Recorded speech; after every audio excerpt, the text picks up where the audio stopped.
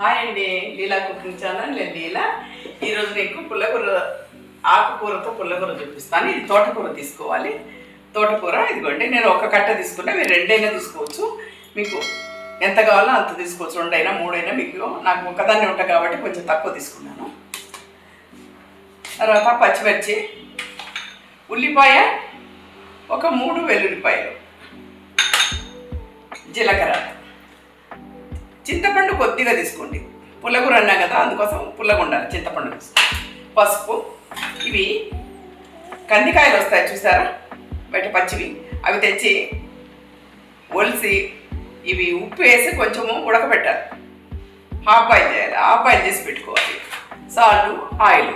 Start చేస్తామా? ఇక ఈ పుల్లకూరలన్నీ కుండతో చేస్తే చాలా బాగుంటుంది. కుండలో చేయండి. కుండ పెట్టుకుందామా?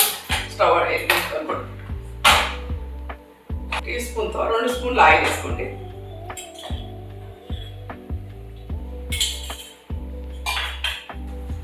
ఇప్పుడు కొంచెం జీలకర్ర వేసుకుందాం. ఉల్లిపాయ ముక్కలు వేస్తున్నా. పచ్చిమిరపకాయ ముక్కలు వేసుకుందాం.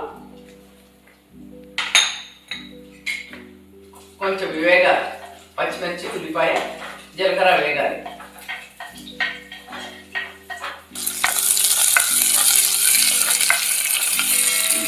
ఉల్లిపాయ, పచ్చిమిరపకాయ వేగిందండి.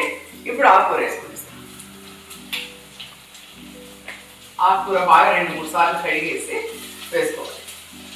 తర్వాత దీంతో పాటు ఏదో కొత్తిమీర, నేను చెప్పలేదు, కొత్తిమీర కూడా వేసుకోండి.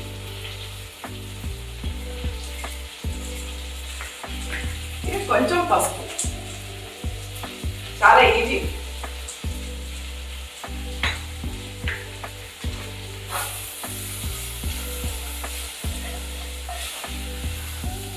ఆకుకూర 5 నిమిషాలు ఉడికిన తర్వాత కొద్దిగా నీళ్ళు వేసుకోండి. అయిపోయింది. ఇప్పుడు చింతపండు వేసుకుందామండి. చింతపండు నానబెట్టి పెట్టినా కదా, కొంచెం కడిగి అది వేసేసుకుందాం. చింతపండు కొంచెం వాటర్ పెట్టి దాంట్లో వేసాము. ఇప్పుడు మళ్ళీ ఉడకాలి. తగినంత సాల్ట్ వేసుకోండి.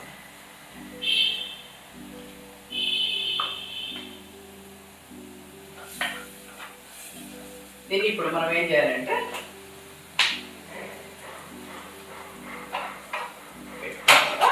పక్కన పెట్టుకుంటాం. ఇది మేము రాయలసీమ వాళ్ళు దీంతో ఎనుపుతారు. ఎనిపేసి బౌల్లోకి తీసేస్తాం.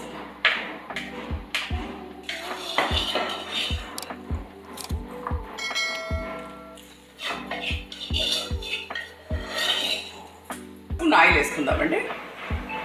1 స్పూన్, నేను హాఫ్ వేస్తున్నాను. ఇప్పుడు 1 స్పూన్ ఆయిల్ వేసాను. కొంచెం ఉల్లిపాయ ముక్కలు, ఉప్పు వేసి ఉడికించిన గింజలు కొంచెం వేసుకుందాం.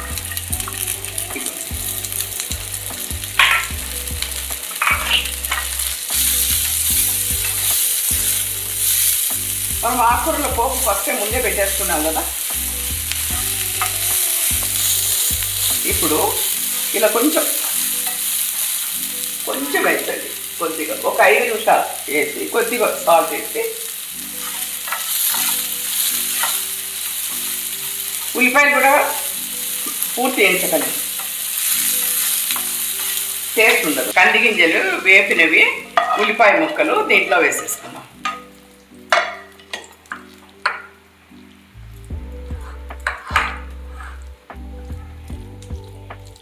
ఇది అన్నానికి, చపాతీకి, రాగి ముద్దకు, అన్నిటికీ చాలా బాగుంటుందండి. చపాతీకైనా బాగుంటుంది. పుల్లకూర అండి, కంది గింజలు వేసి చేస్తాను. ఆకుకూర పుల్లకూర చాలా బాగుంటుంది. మీరు కూడా ఒకసారి ట్రై చేయండి. లైక్ చేయండి, షేర్ చేయండి, సబ్స్క్రైబ్ చేయండి.